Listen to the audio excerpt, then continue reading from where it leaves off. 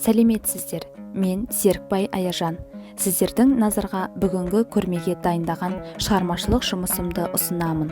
Көрменің мақсаты ескі киімге жаңа тыныс беру арқылы қазақ елінің тәуелсіздігін дәріптеу және текстиль қалдықтарын іске асыру арқылы экологияны қорғау.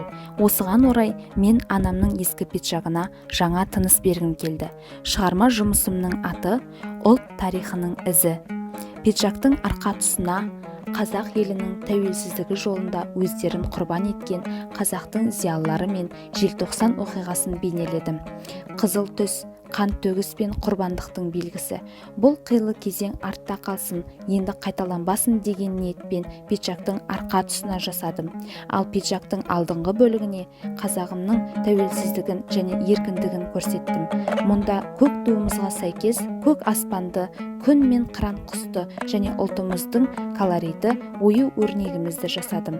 Қорытындылай келе, мен анамның ескі пиджагына ұлттық код және заманауи сәнмен жаңа тыныс бердім. Және қыран құс бүркіт ең биікте самғайтындықтан қазақ елінің тәуелсіздігі тұғырлы болсын деп тілек білдіремін. Назарларыңызға рахмет.